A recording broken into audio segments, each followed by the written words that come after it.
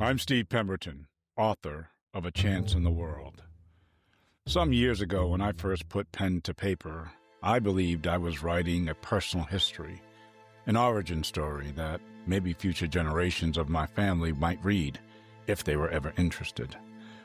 But over time, I came to understand it was never just my story. It was a map for those who might feel lost, a mirror for those who wondered if they were alone, and a message for anyone who has ever felt unseen, unheard, or unsure if they'd ever truly belong. Books offer a story, but they also have an ending. A podcast, though, offers a conversation, a chance to pause, to reflect, to go deeper, to find a common story. So this podcast isn't just a retelling of a book. It's a reawakening of the truths it carries and an invitation to walk with them, especially when the road feels uncertain. This podcast is for anyone navigating hardship, holding on to hope, or searching for signs that healing is still possible. It's for the people I meet all the time who walk through the world carrying a quiet courage, waiting for a reason to believe that beginnings do not dictate endings, and that even in the hardest chapters, goodness can still find a way. So, if you're listening for inspiration, insight, or simply a reminder that the human spirit is not easily broken, well, you've come to the right place. Welcome to the Pemberton Podcast, a space for stories that lift, lessons that linger, and chances worth taking. Produced by David Alexander. It was a question I knew I was going to get one day, and because I knew it was coming, I had actually rehearsed what I was going to say, crafting my response with the precision of a storyteller, carefully arranging the threads of a narrative. I had imagined the moment 100 times, a poignant exchange between a father and son, a final deep conversation, before the inevitable departure to college, soft light filtering through the window, and the weight of unspoken histories hanging between us. But life doesn't always wait for our script, does it? The question came unexpectedly, years earlier than I had ever anticipated. The carefully constructed scene I had mentally staged, all measured emotions and thoughtful revelations, dissolved in an instant. It arrived suddenly, casually, without the dramatic buildup I had imagined. No soft lighting, no pregnant pauses, just a simple, direct inquiry, and from a 6-year-old, no less. In that moment, I understood a fundamental truth about anticipation. Knowing a question is coming is not quite the same as being truly ready to answer it when it arrives. Preparation is a map, but it is not the territory. I awoke one morning to the sound of little footsteps coming down the hall. I knew who those little feet belonged to. Most parents do. Hey guys, but it says a Q for Quinn. It says Quinn. Oh, what's that? That's Auntie Roz. You got this book from Auntie Roz. Oh, yeah. Then who's it by? It is by Doctors. Dolores. Okay. In my case, they belonged to our oldest son, Quinn, then just 6 years old. Not only did I know who those little feet belonged to, I also knew why he was coming into our room so early. He had in his possession his favorite book, The Story of the Lion and the Mouse. Now, Quinn loved this story, and I would read it to him often. I think he identified with the mouse who, even though he was small, had done something heroic in saving the lion from a hunter's net. And he also loved the fact that his father could imitate the voice of a lion really well. Now, it didn't really matter how many times we'd read this story. Quinn always had questions, and I loved hearing what this young, curious mind was going to ask next. And he never disappointed. How did the mouse know to chew through the net and save the lion, Daddy? Did he learn that at school? But this one particular morning, he wheeled around on my lap, and I could tell from his expression that a question was coming. But it was not about the story of the lion and the mouse. Rather, he wanted to know about my story. And here's how he asked. So, Daddy, when you were a little boy, did you have a daddy? And there it was, the question I knew was coming, but still thought I would have more time before I had to answer. And in that moment, the room seemed to shrink, the weight of the question hovering there. Quinn's face was expectant, his question really so simple, but layered with meaning I wasn't sure he could fully grasp. Or could he? See, every day of his life, Quinn had awoken to a world with his mother and father, and so he knew where he came from. And not only did he know that, but he also knew where Mommy came from because of the relationship he had with Grandma and Grandpa, who loved and doted on him. But you, Daddy, he seemed to be saying, where did you come from? I took a deep breath, feeling the gravity of what I was about to say, knowing that I had already made a promise to my children that I would be honest with them when they asked. And that honest answer would be one of Quinn's first windows into the complex mosaic of family and the stories that we all inherit.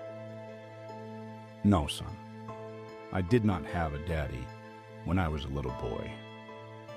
Quinn was quiet for a moment, his tiny fingers fidgeting with the corner of the book, almost as if he wasn't ready to turn the page, not just in the story, but in our conversation.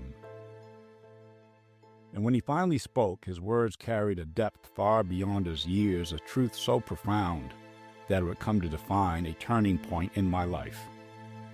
But we'll come back to that. What I can tell you is this. That conversation stayed with me, with 6-year-old Quinn making sure that it did. His inquiry marked the beginning of 1,000 more, because when a child asks you a profound question and you give them an answer they don't understand, well, that's not the end of the conversation.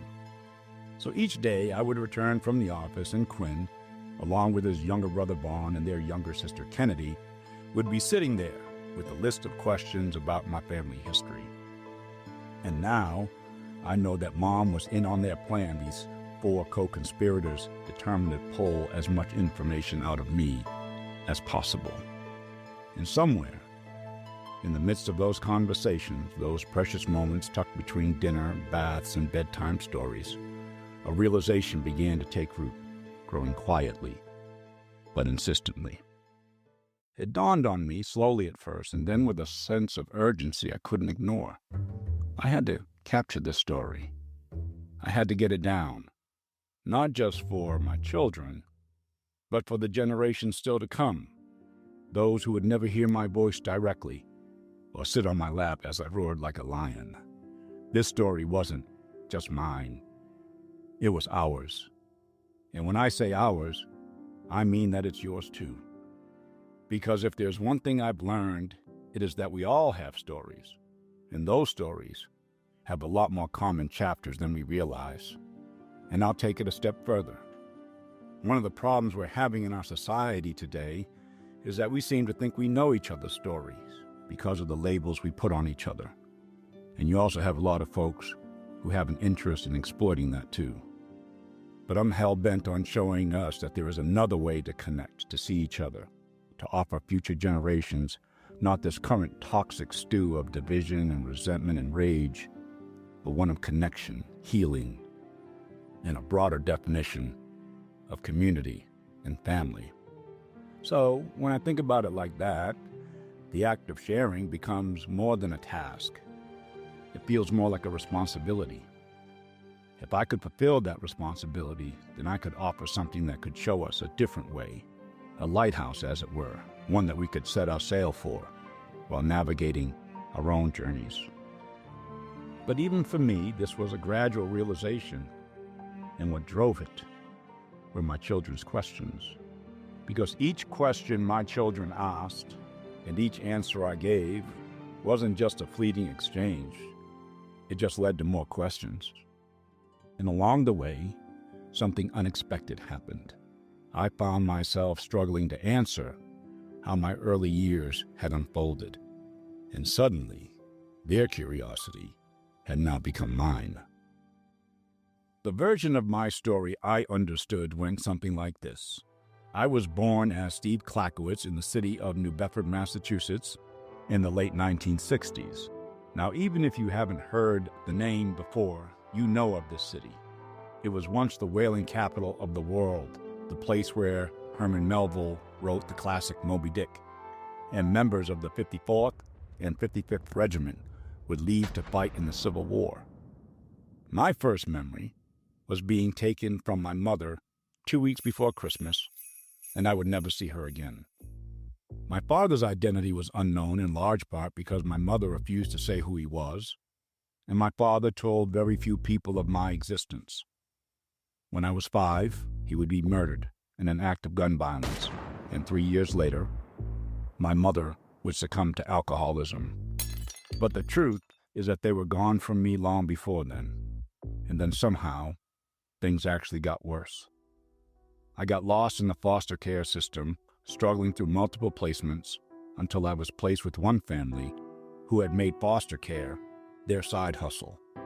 And so there I would live for over a decade, caught up in the battles of trying to defeat them, while also trying to figure out the answer to Quinn's question, and long before he asked it, who was my mother and father? And more importantly, where were they?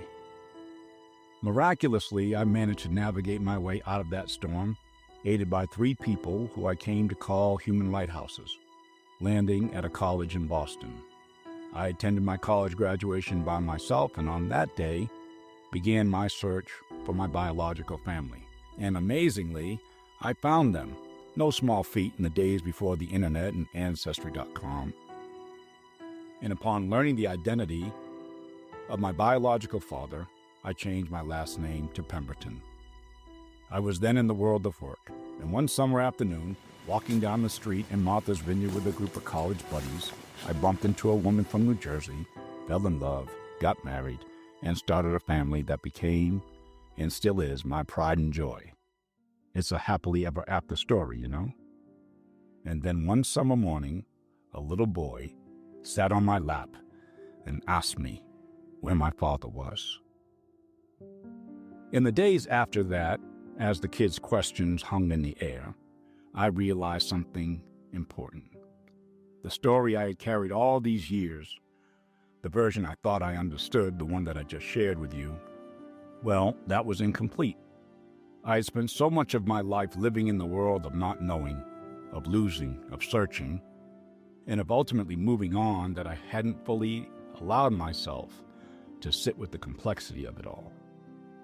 The story was about what I had lost and what I had found. It was about the scars that shaped me and the strength that carried me. And it was about the story I was now writing for my own children. A story where love, connection, and family would ultimately triumph over generational cycles of loss and separation. Answering their questions meant telling the story in a way that showed them, and maybe me too, that our past does not have to define us. It shapes us, yes, but it's the choices we make in the present that create the legacy we leave behind. And so, with my heart both full and heavy, and maybe a bit curious too, I began to write. To write this down, I had to sift through the fragmented mosaic of my own memories.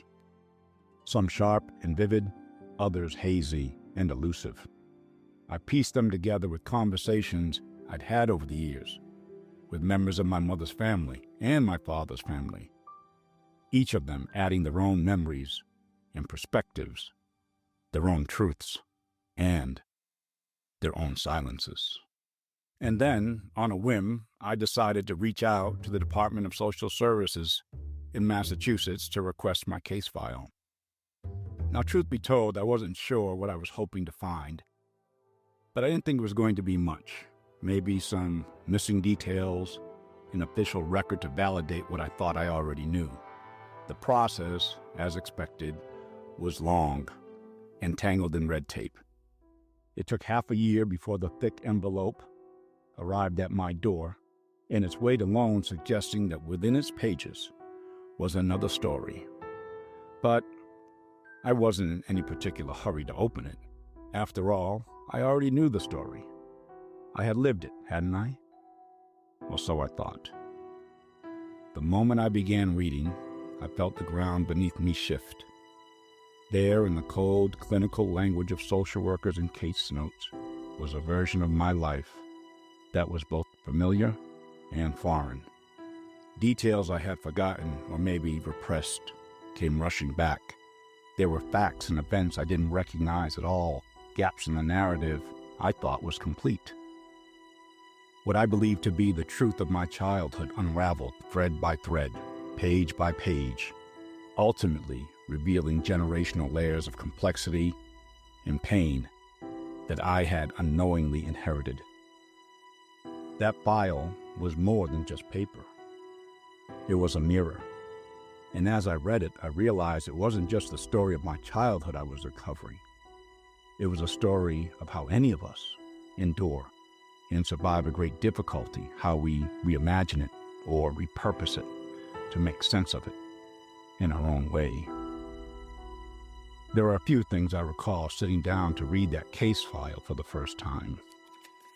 The first were the dates on the first page, February and March of 1962, 5 years before I was born. That was the day that my mother first arrived on the social services radar, when she had walked into their office. And on that first page was the following entry. Marion Murphy phoned office stating that she had gone to the wrong location. Appointment made and mother to office next morning. She appeared to be recovering from a bruised right eye, had a fur coat on, which looked like sheared muskrat. It was dirty and stained. She had on a very dirty white blouse and unkempt hair. She stated that the worker at the Child and Family Service Department talked in terms of putting baby in foster care after birth until she makes a decision regarding adoption placement. After some discussion around this agency's policy and planning, an appointment was made for mother to see Mr. Siegel. Appointment kept. For me, this was arresting to read, and very different than the story I had often been told about my mother from her family. Here was a woman, several months pregnant, who had been battered, almost certainly afraid, and was coming to the agency looking for help. And that was just on the first page. For some reason I still can't fully explain, I didn't read, at least not immediately, what happened next. Maybe there was some part of me that wasn't ready to read more about her suffering. In either event, I began leaping through the rest of the file, which is well over 300 pages long. And as I did, a picture of a young boy came tumbling out, a face I did not recognize. That's the photo you may have noticed on the front cover of this podcast. For a fleeting second, I thought it must have been a mistake. Surely this boy didn't belong in my story. So my first instinct was to return the photo to the agency to point out their error. But then I paused. Something about the boy's expression held me there. I studied him longer, noticing the subtle curve of his smile and the bright blue eyes that felt oddly familiar. And then it hit me. This boy, this child I had momentarily mistaken for a stranger, looked just like my boys, Quinn and Vaughn. I flipped the photo over, searching for details, and on the back, written in neat, faded handwriting, were two details. My birth name, Steve Klakowitz, in the year 1974. I felt a jolt of recognition that rippled through me, followed quickly by disbelief. I had never seen a picture of myself as a young boy, and to the best of my knowledge, no such picture had ever existed, and yet here it was, a small square of photographic paper, putting me for the first time face to face with the child that I had once been, a child who smiled held a brightness that felt almost incongruous with the story I thought I knew. It was me, at 7 years old. And the longer I stared at it, the more details came flooding back to me. And suddenly I remembered everything about it, including the social worker who took the photo and the place where we were, Buttonwood Park in the western end of New Bedford. But that wasn't my only memory. For years, I had carried this fragment of another, a blurry, jagged recollection of being uprooted, taken somewhere unfamiliar. I remembered feeling cold, my stomach gnawing with hunger, and a pervasive sense of chaos all around me. And then, just as quickly as it began, I was taken somewhere else. It was a kind of memory that felt almost dreamlike, as though it had been conjured by my imagination rather than lived. Have you ever had a dream so vivid, so textured that you couldn't distinguish it from reality? That's what this felt like. A recurring dream that played on an endless loop in my mind, always the same, always unchanging. Over time, I began to question its authenticity, but two things set it apart. One, the details never shifted, and two, I didn't need to be asleep for me to remember it, but still, I couldn't connect it to anything. And then appeared this entry, dated December 3rd, 1970. I was 3 years old. Worker to the Clackowitz home for the purpose of having Mrs. Clackowitz sign the children into care. The movers were attempting to get things out of the house but were hampered by debris that cluttered the floor. Very little preparation had been made by Mrs. Clackowitz.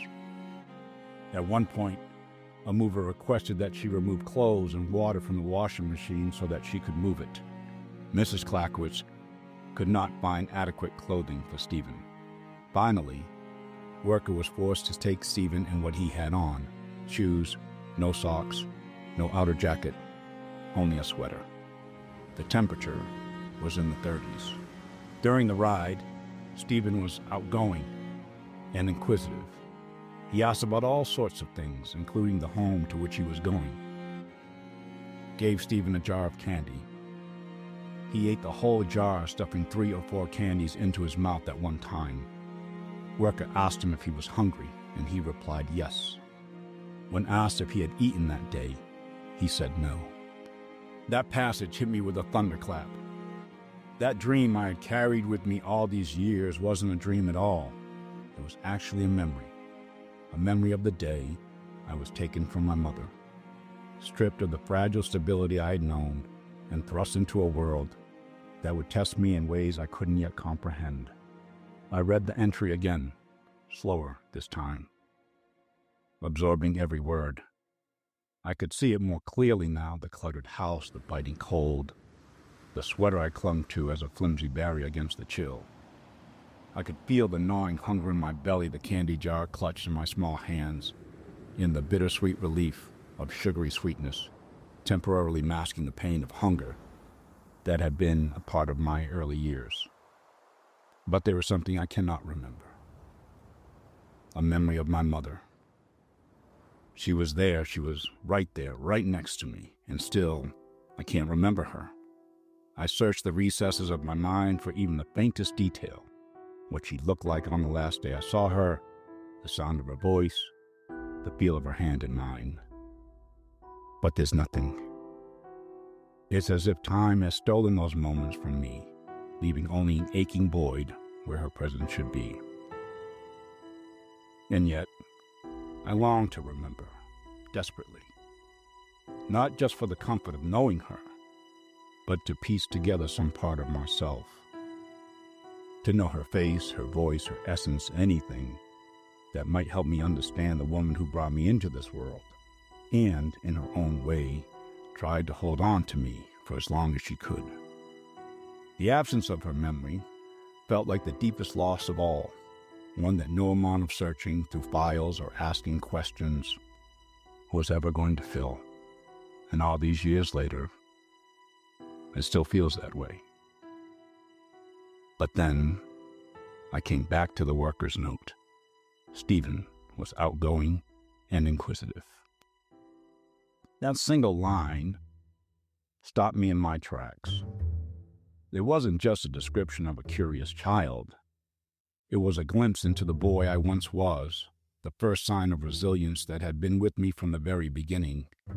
I saw in those words a born fighter, a boy who, even in the midst of chaos and upheaval, wanted to know exactly where he was going. And in that moment, I realized curiosity wasn't just something I had. It was something that saved me. I closed the file slowly, almost reverently, and leaned back in my chair. The air felt heavy with the weight of these revelations, and yet lighter with the connections it had made. I took a deep breath, letting it out, and a long, slow exhale. That was enough for one day. I glanced at the clock and realized that Tanya would soon be home from the school pickup with the kids, and I felt the swell of anticipation. I had so much to share with her, not just the details of what I'd learned from the file, but the emotions it had stirred in me. And I also needed her voice, this angel-like presence, to help me sort through it all. And as I sat there waiting, I found myself holding the photograph of the boy I once was, tracing the edges with my fingertips. I could feel the innocence and the vulnerability staring right back at me. But I began to feel something else too. Anger. Because I knew what was going to happen to that little boy, the hell that was going to be unleashed on him by those most trusted with caring for him. I placed the photo gently back into the file and stood up, hearing the faint hum of the car pulling into the driveway. My family was home. And I knew that in the midst of all this reflection, they were the reason I had taken this journey into the past. It was time to bring them into the story, and I also want to bring you too. If something you heard today moved you, stayed with you, or made you think differently, I hope you'll share it. Over the years, I've come to see that our stories, when shared, really can light the way for someone else. If this episode has resonated with you, consider subscribing, leaving a review, or simply passing it along. This is the Pemberton Podcast, produced by David Alexander. Thanks for listening.